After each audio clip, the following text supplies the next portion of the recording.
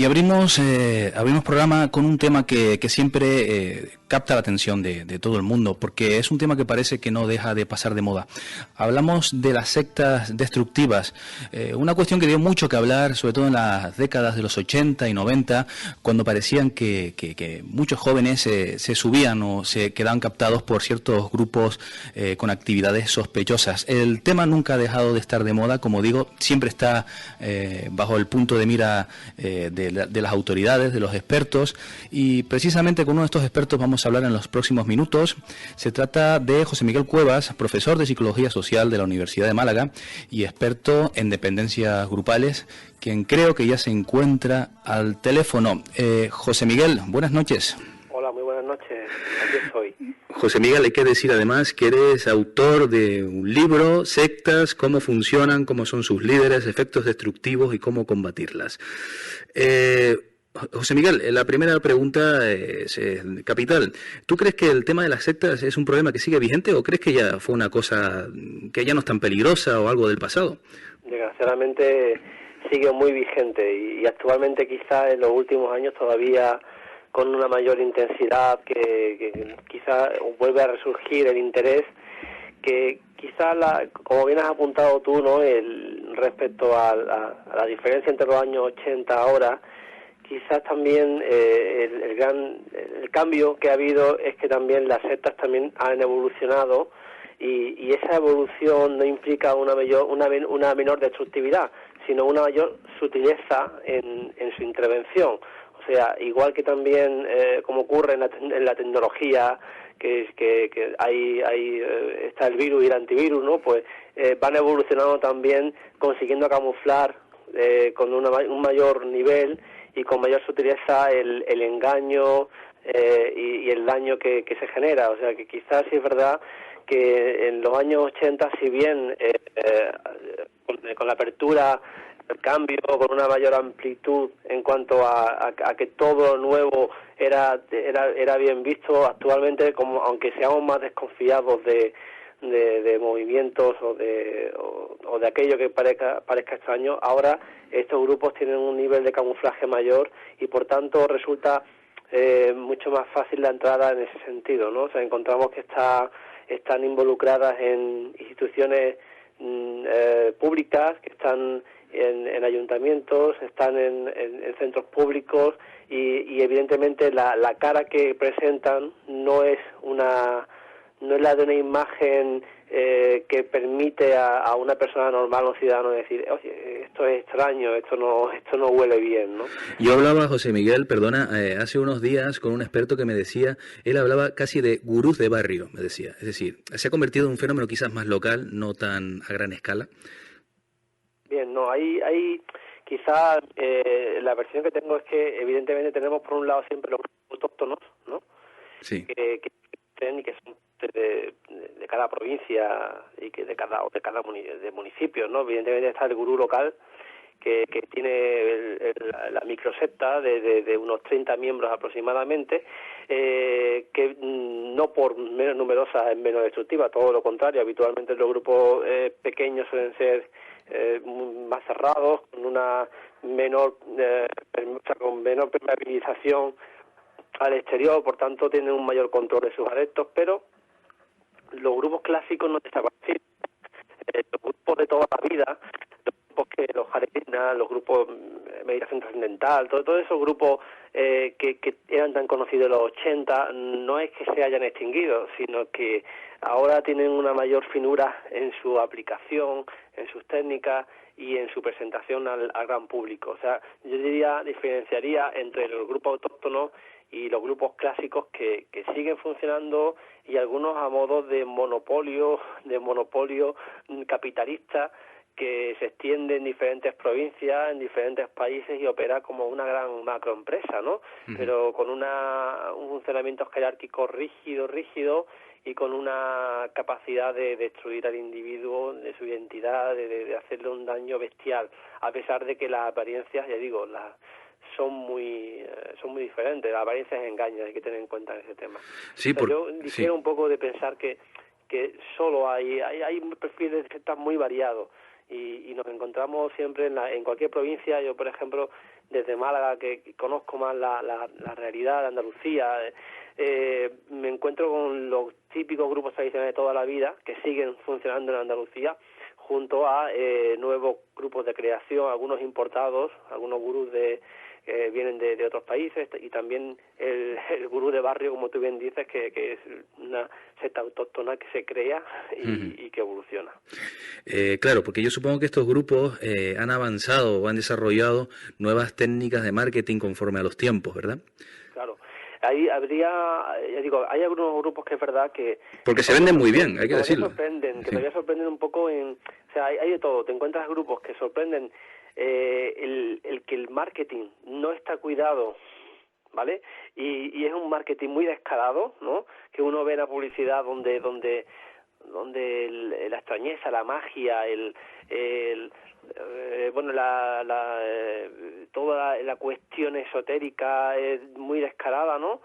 Pero a pesar de ello también tiene su público, ¿no? Porque evidentemente hay un público que gusta de la magia, que gusta de lo enigmático, de lo extraño, y quizás pues bueno, busca un poco ese enganche dentro de una visión externa diferente, pero la mayor parte de grupos, como tú bien dices, son sofisticados y no se presentan de esa manera, se presentan como una empresa, se presentan como un grupo de filosofía, se presentan como un grupo científico o como un grupo cultural, con lo cual uno puede ir a un curso de cocina o a un curso para aprender a hacer masajes o un curso de una actividad de yoga, que son todas actividades positivas, son todas actividades de la cual nadie debe dudar en principio, pero que evidentemente tan solo en este caso esos grupos se aprovechan de esas actividades normalizadas para como un modo de captación de lo que luego o sea, de otras actividades que luego no se dedican a eso, no se dedican ni al yoga, ni a hacer cursos culturales, ni a ayudar al tercer mundo, pero esa apariencia le sirve pues para el primer enganche. Por lo que nos cuentas entonces, José Miguel, es cada vez más difícil distinguir a una secta que es peligrosa, ¿no? Porque ya que emplean este tipo de técnicas de captación, ¿no? Claro, muy complejo. De hecho, no solo se engaña al ciudadano, se engaña también a instituciones públicas. Nos encontramos muy habitualmente el hecho de tener que estar alertando a ayuntamientos, alertando a organizaciones que, claro, y recientemente me comentaban que hubo un acto en el que un grupo no voy a decir el nombre, pero un grupo dedicado a la paz, un grupo de los que catalogados como secta destructiva por muchísimos expertos, pues nos encontramos a que invitaron a dos políticos, a Ibarretxe y a otro más, los invitaron a un acto y bueno, estaban, claro, ellos se hacen la foto con el presidente, con Ibarretxe y con los políticos, y luego después venden como que realmente están reconocidos públicamente, o sea que también ellos hacen una promoción y un marketing luego interesante, ¿no? Pero evidentemente digo que se la cuelan a los políticos, se la cuelan a los ayuntamientos, se la cuelan, no lo van a colar a ciudadanos corriente, que en principio, pues claro, hay que tener en cuenta que el ser humano, cualquier persona, tenemos necesidades relacionales, ¿no? Que el ser humano necesita de la relación social y necesita de los grupos, necesita de compartir experiencias y de realizar actividades, y eso es saludable y es positivo. Y precisamente en esa búsqueda de cualquier actividad, pues precisamente ahí encontramos un mercado lleno de ofertas atractivas, y dentro de esas ofertas atractivas algunas son poco aconsejables. Desgraciadamente no hay ningún observatorio nacional del sectarismo, de la percepción coercitiva, de la manipulación, no hay ningún observatorio que advierta, oye, este grupo es peligroso. Entonces, en principio, si un grupo pide pues una sala de congreso en la universidad o pide pide un centro público, pues en principio lo habitual es que se suele consentir, se suele autorizar, aun cuando muchas veces ese grupo en realidad de fondo pues no va a generar un bien cultural, sino que va a generar una esclavitud a sus ciudadanos, ¿no? Y por tanto, ya que eso es así, hay una especie de indefensión o ante ausencia de como dices tú, de un observatorio que determine qué tipo de grupos son peligrosos, etcétera, ¿cómo el ciudadano de a pie, cómo puede distinguir pues lo peligroso que puede ser una secta de este tipo? Bien, en primer lugar, aunque hayamos dicho que haya una sutileza en la publicidad, ¿no? Sí que hay a veces algunas características en la publicidad llamativas, ¿no? En algunos casos, ¿no? Hay veces que la publicidad está muy bien hecha y no hay manera de descubrir ningún tipo de plan B, ¿no? Pero en principio yo suelo educar a la gente en las clases, a mis alumnos, intento educar un poco en el escepticismo. O sea, a ver, el escepticismo no implica el no creer, ¿no? Ni mucho menos. O sea, hay que respetar totalmente la libertad de creencia y la libertad de religión y la libertad de que cada uno crea en lo que le dé la gana. Yo me refiero con el escepticismo con el evitar, el aceptar cualquier superchería, cualquier cuestión que se nos venda como verdadero, ¿no? Por un lado también tener en cuenta, que creo que te lo comenté en una ocasión, tener muy en cuenta a qué he venido yo aquí, ¿no? O sea, si yo voy a apuntar a un curso de yoga, yo voy a hacer yoga, no voy a una cena de amigos donde que no me conoce nadie de nada, pero me están adorando, me están diciendo que soy buenísimo sin conocerme, que soy una persona estupenda con muchos valores, y donde en vez de hacer yoga parece que el objetivo es completamente diverso. O sea, cuando uno se va alejando, cuando vas viendo que después de 2 o 3 sesiones o después de un mes he dejado de hacer yoga para empezar a introducirme en una dinámica diferente, pues sería una cuestión a sospechar, decir, bueno, aquí ¿qué se está vendiendo? O sea, yo estoy haciendo un curso de inglés, o estoy haciendo un curso de tal, o estoy dedicándome a introducirme en algo que no era. ¿Por qué se me ha engañado? O sea, si a mí se me ofertaba esto, ¿por qué estoy dedicándome a otra cosa, no? Digamos, José Miguel, perdona, que sería como una segunda etapa en ese proceso, porque en primera instancia está ese curso que se quiere vender, y en una segunda instancia se hace esa reunión en casa de alguno de los adeptos donde ya se intenta, pues bueno, lavar el cerebro de la persona que se intente secuestrar, ¿no? Bueno, en principio hay que tener en cuenta que claro, que las sectas cómo venden. O sea, ¿por qué funciona una secta? Hay que entender que funciona porque tenemos necesidades, ¿no? Necesidades de cualquier tipo. Necesidades de conocer gente, o necesidades laborales, o necesidades de autoestima, ¿vale? Entonces, si yo en ese grupo encuentro un bombardeo emocional, un bombardeo afectivo, encuentro que ese grupo me genera un acogimiento fuera de lo común, ¿vale? Un acogimiento que me hace sentir muy bien y muy elevado, dudaría o sea, por lo menos plantearme si el por qué se produce eso y de esa manera, ¿no? O sea, si yo voy a un sitio que no conozco todavía bien, o alguien me ha introducido diciéndome que ha generado un cambio en su vida muy importante y que está encantado de ello, y de pronto yo, sin nadie conocerme, me considera una persona estupenda, fenomenal, y me da todo su amor y su atracción sin en principio yo entender el porqué, pues que yo digamos que diría a la gente que desconfiara un poco de ese bombardeo afectivo que habitualmente se da en esos grupos, porque claro, el hecho de que te oferten y te digan que es muy habitual que desde un principio consiguen que tú plantees tus necesidades, tus deseos, y desde dentro del grupo muy pronto empiezan a ofertarte la posibilidad de que tú vas a solucionar ese problema que tienes, ya sea un problema psicológico, ya sea un problema familiar, ya sea el hecho de tener amistades, y también empezar un poco a que hay una cuestión de estatus, ¿no? O sea, dentro de esos grupos habitualmente se empieza a ver como que se sienten diferenciados al resto, como parte de una élite, como un poco de superioridad, ¿no? De que tenemos algo muy especial, que tú tienes el honor y el de compartir esta situación y compartir esta experiencia grupal, ¿no? Entonces, quizá yo dudaría un poco del bombardeo afectivo. De la publicidad también, por supuesto, analizaría, y creo que si, por ejemplo, vamos a un psicólogo, pues yo me informo a ver este psicólogo si está acreditado, si es profesional, que pues mira, preguntaría si conozco a alguien que ha estado con él, qué tal le ha ido. Si voy a un curso de yoga, pues igual, yo antes me informaría también qué acreditación tiene el que da ese curso de yoga, qué experiencia tiene, cómo funciona esa academia, qué tradición tiene, ¿no? Digamos, también es bueno conocer el producto que vamos a consumir, ¿no? Y entender que como dice el refrán, ¿no? Nadie da duro por peseta, ¿no?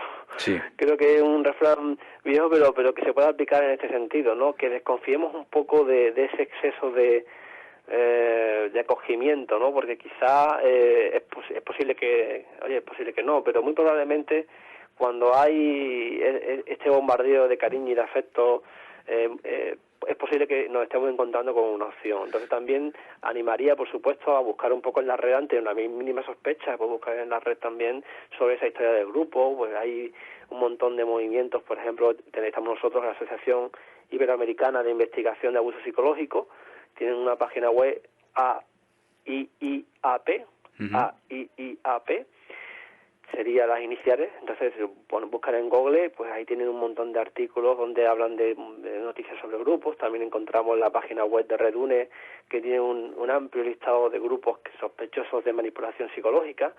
Entonces, bueno, si yo tengo dudas sobre que esto me parece un poco raro... Sí, tener un poquito de sentido crítico y básicamente, ¿no? E informarse, sí. Sería básicamente. Claro, la información es importante y el que cuando uno va entrando en un grupo, yo creo que el compromiso no puede estar por encima de todo, ¿no? O sea, yo no tengo que dejar de perder mi identidad personal, ¿no? Y claro, al principio el grupo no te va a exigir un gran coste, te va a exigir muy poquito, porque al principio nadie tiene el nivel de inteligencia bajo como para entrar en un grupo sabiendo que te van a engañar y que te van a estafar y que el coste tan elevado que luego supone, ¿no? Porque claro, tú imagínate que te dijeran, bueno, vas a entrar en este grupo, vamos a cambiarte la dieta alimenticia, por completo, no vas a comer aquello que te gusta, vas a dormir entre 3 y 5 horas al día, a partir de ahora tus amistades no van a ser tus amistades, o en caso contrario no vas a verlo porque hay cosas más importantes que hacer, te vas a dedicar a trabajar para nosotros durante tantas horas, eso sí, vas a pertenecer a una élite especializada, nadie entraría en un grupo sabiendo lo que se hace dentro del grupo y a qué se dedica realmente. Claro. Y primeramente lo que hay es un bombardeo de amor y un compromiso con el grupo, lo comparamos con el enamoramiento. Claro, se entra por la vía afectiva, que quizás es la vía más efectiva. El grupo es una cuestión muy atrayente. Son grupos y son, además, el mismo líder o la jerarquía de ese grupo ofrece un atractivo importante, el cual nos engancha y nos hace creer que ese grupo es la solución a nuestra inquietud, a nuestro problema, y consigue conectar con esas necesidades que tenemos, lo cual nos hace pensar que, bueno, esta gente me está dando algo, aportando algo muy importante, y me lo da porque sí, porque quiere, y son gente buena, son gente con la que me gusta estar. ¿Cuál es el siguiente paso? Que uno se siente en deuda. Entonces llega un momento cuando te sientes en deuda, es el momento en que te pueden decir, ahora te toca a ti. Claro.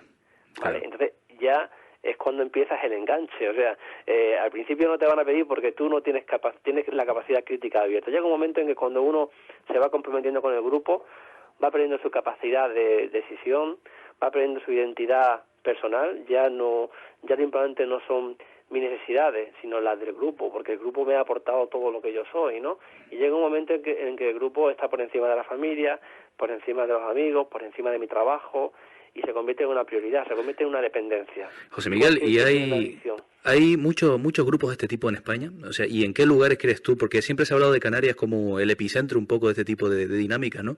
Pero ¿habría otros sitios en el Levante peninsular? También se ha hablado mucho. ¿Hay lugares donde se concentran? Hay puntos calientes. De hecho, hablaba yo otro día con un compañero también, Redune, y también con Miguel Perlado, y claro, y hay una especie de grupos, de zonas donde parece que hay puntos calientes. Uno de ellos, como tú bien dices, el Levante, Alicante tiene una cantidad de grupos bestiales, la Costa del Sol también vamos, yo particularmente es verdad que vivo en la Costa del Sol, pero el número de grupos que uno se da cuenta que va funcionando, que van pasando, y dice, bueno, es que todos los grandes grupos sectarios están pasando por la Costa del Sol, y los grupos autóctonos. Y luego, por supuesto, la zona de las Islas Canarias también siempre ha sido una zona clásica, vinculada al misticismo, vinculada pues un poco a la nueva era, a la magia.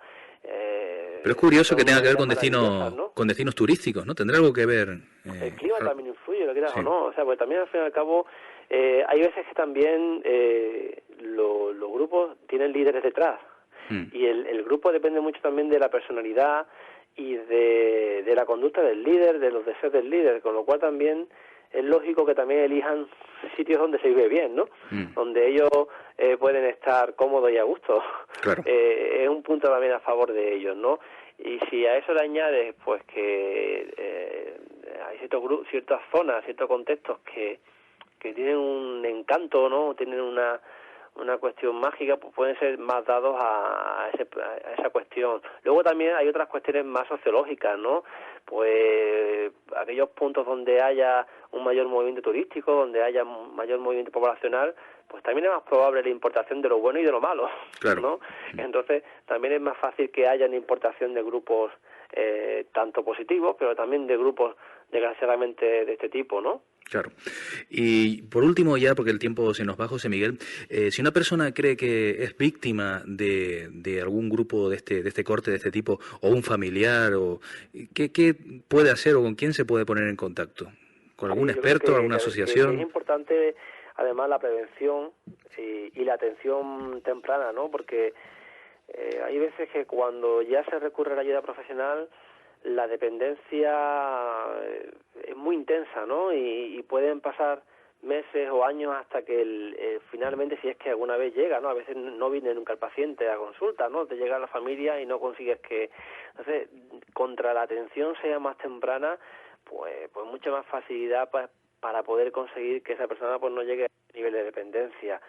Porque es que, claro, es una dependencia oculta donde el consumo es el grupo, es la conducta en grupo, pero donde uno no es consciente de que está dentro de una adicción, porque no es una adicción que uno ve claramente, donde el grupo además niega sus características sectarias, porque siempre se va a vender como una organización legal, una organización dedicada a otras funciones distintas a las que realmente se dedica, y como tampoco además hay tampoco ni siquiera legalmente y institucionalmente hay una cuestión que uno permita la defensa, pues resulta complicado. Entonces sí que advertiría de que si uno cree que esos cambios de conducta, esos cambios de valores, ese rechazo de golpe, pues bueno, si uno encuentra unos cambios, que se intervenga rápido, ¿no? Intervenga pronto, como ocurre igual, tanto eso como en un caso de adicción normal también ocurre igual, ¿no? Contra antes se interviene mucho más fácil la intervención, ¿no?